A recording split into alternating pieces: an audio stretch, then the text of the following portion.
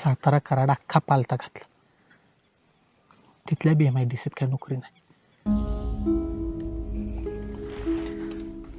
स्वतःच्याच कारखान्यात स्वतःच कार्यकर्ता लावलं 50-100 की संपली यांची रोजगार हमी योजना. एखाद्या गावात एखादं घर 2-4 रस्ता बांधून दिलं की गावातली पोरं आहेतच बोंबलत नेत्यांच्या मागं. मग आवाज उठवणार कोण?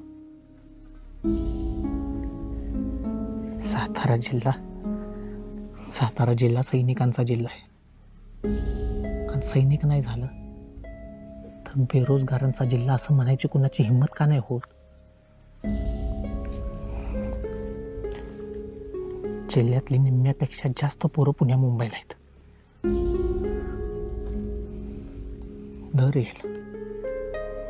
दर याला 2 मंत्रीपद तरी आहेत जिल्ह्यात. मुख्यमंत्रीपद बी येऊन गेलं. पण जिल्हा आहे तसाच आहे ग. पण असं कोणीतरी काहीतरी येऊन करेल याची वाट बघायची का? पण आपली वाट शोधायची. वाट राजकारणात गुंतवून तरुण पोरांची वाट लावली यांनी.